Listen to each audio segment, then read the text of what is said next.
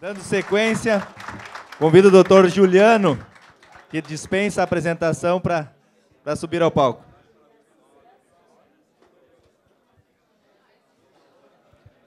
Pessoal, ficaram algumas perguntas e eu peço desculpa para vocês, mas realmente o nosso tempo está corrido.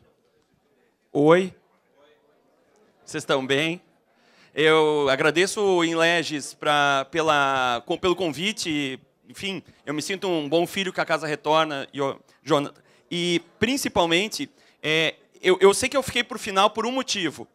Porque o que é melhor num show no final? O bis. Então, eu me sinto bis hoje, né? Aquela parte que fica para o final, não é?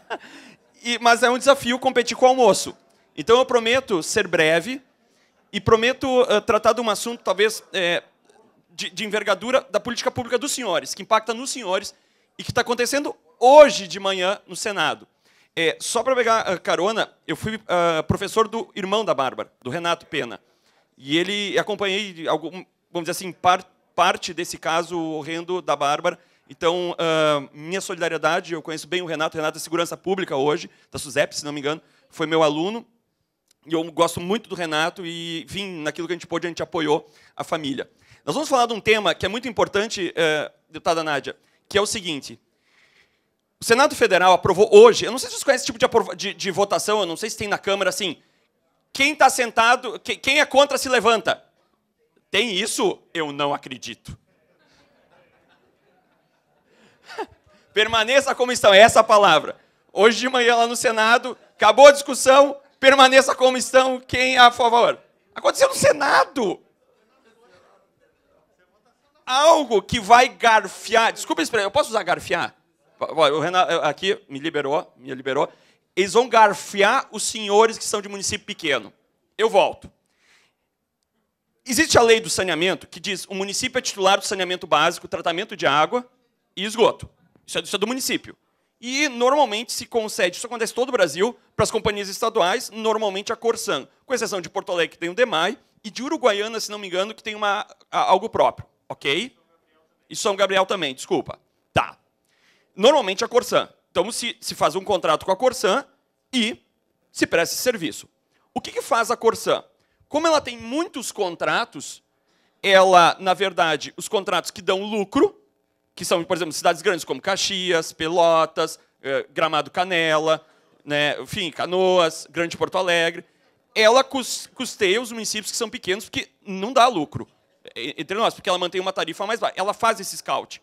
O que vai acontecer? E aí surge, então, a famosa MP 868, que disse o seguinte, começou vamos dizer assim, retirar as companhias estaduais desse processo. E aí os municípios pequenos todos vão ter que fazer licitação.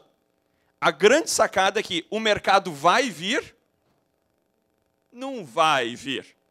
Então, o que vai acontecer? Ou se vier, ele vai cobrar um preço maior e vai aumentar significativamente a tarifa, porque o mercado ele não faz o subsídio cruzado. O que é subsídio cruzado? Vamos dar um exemplo. A gente tem lucro na distribuição de água, mas é prejuízo o esgotamento, o tratamento do esgoto. Então, isso é prejuízo, porque é uma obra cara. Percebes? Então, o que se faz? Se tira da água e se coloca no esgoto. E para isso, hoje, tem fundos municipais, praticamente tem vários fundos municipais que fazem esse subsídio cruzado. Eu tiro do que eu ganho para botar no que eu estou com prejuízo, para que nós tenhamos a universalização do saneamento. E aí, a OMP caducou, como os MPs estão caducando, isso está acontecendo. Teve 2 PLs, e o último PL que foi aprovado hoje, nessa votação, quem é... Como é que tu disse, colega? Quem é favorável, permaneça como está. Foi aprovado isso, deixando 2 problemas para a Câmara. Quais são esses 2 problemas? O município pequeno, que vai ter que fazer licitação. Porque assim, ó, professor, mas a Corsan tem problemas. Toda companhia vai ter problema. Toda. Só que a Corsan é o seguinte, sabe compadre? Todo mundo tem compadre? Acho que todo mundo... Não, me diz que... Não, todo mundo tem compadre. Qual é o problema do compadre?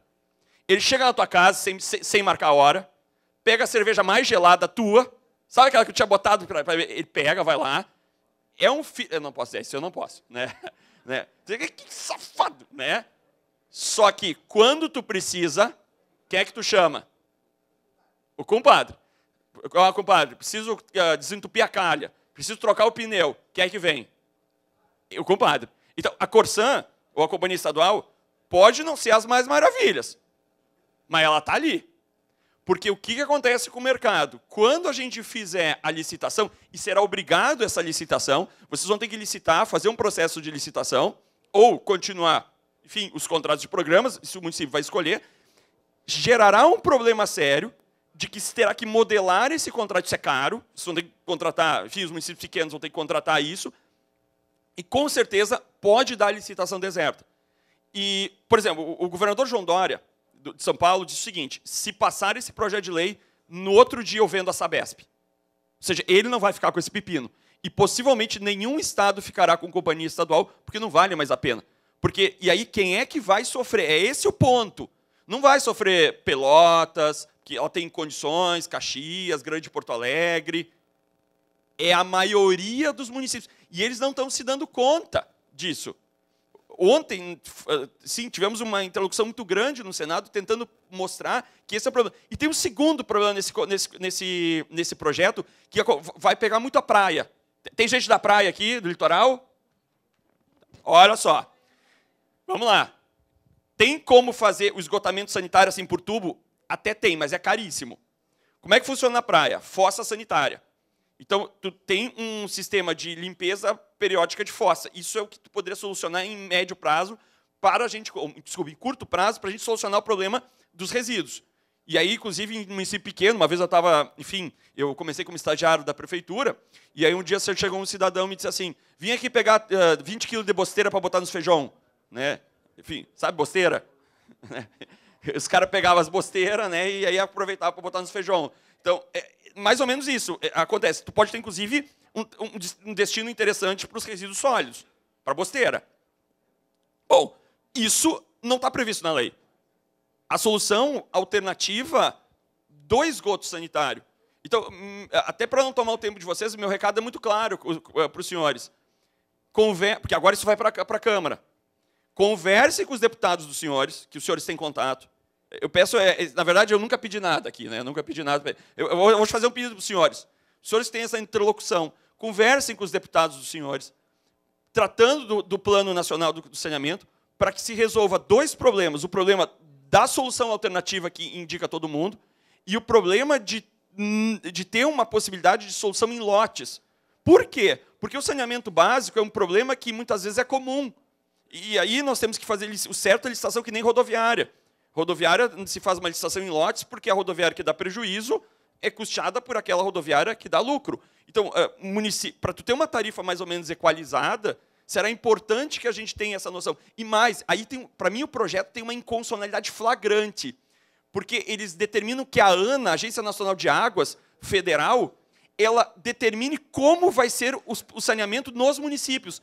Aí eu fico pensando, mas a União tem eu não posso dizer isso, que ela tem a cara de pau, isso seria muito ofensivo. Ela tem a disfarçatez de pegar e dizer o seguinte: eu vou mandar no município, no serviço público do município. Seria a mesma coisa que tipo assim, agora você diz assim, ó, agora a política nacional de energia elétrica, o município vai dizer.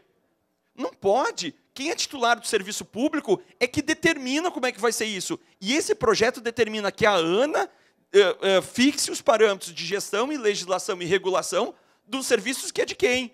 Dos municípios.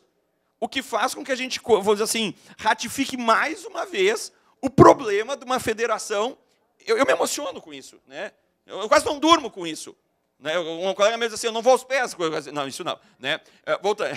Então, nesse caso, percebe, eu me emociono com isso, porque, vejam, eu tenho uma federação assimétrica, em que a União fica com todo o bolo dos recursos financeiros, que a União ela determina que os outros façam os principais serviços, porque hoje o serviço mais caro é o saneamento, não é? E, enfim, ela ainda quer normatizar a situação. Não dá. Eu acho que a gente tem que começar a requestionar isso, porque, vejam, no plano político, vocês podem me dizer se eu estou errado, aonde acontece a vida das pessoas?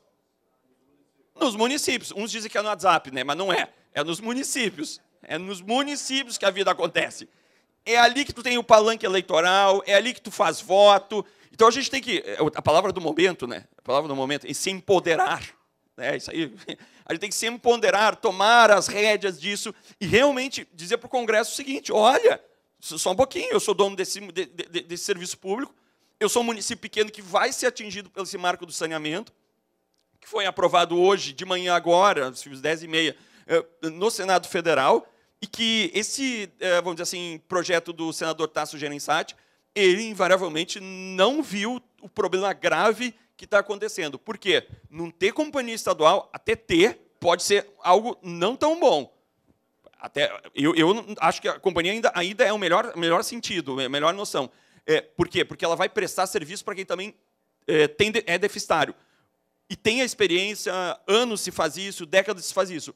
Contudo, não ter a companhia estadual é um problema seríssimo nesse sentido. Então, fica aqui meu pedido para os senhores, para o marco do saneamento, para que a gente consiga resolver o problema do saneamento, que a gente consiga realmente colocar uma universalização por meio de investimentos privados, por meio de vários sentidos. Por exemplo, agora está se fazendo a famosa, né, a parceria público-privada do saneamento da região metropolitana. Isso em 10 anos se tem um investimento de bilionário nos municípios e se vai se universalizar o saneamento, não vai ter mais água e esgoto.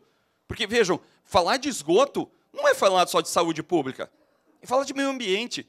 As pessoas, eu fico assim, meio assim, chateado, assim, as pessoas começam a dizer assim, mas desmatou a árvore. Tá, é ruim, mas ninguém fala do esgoto que estão jogando no Guaíba. Percebe?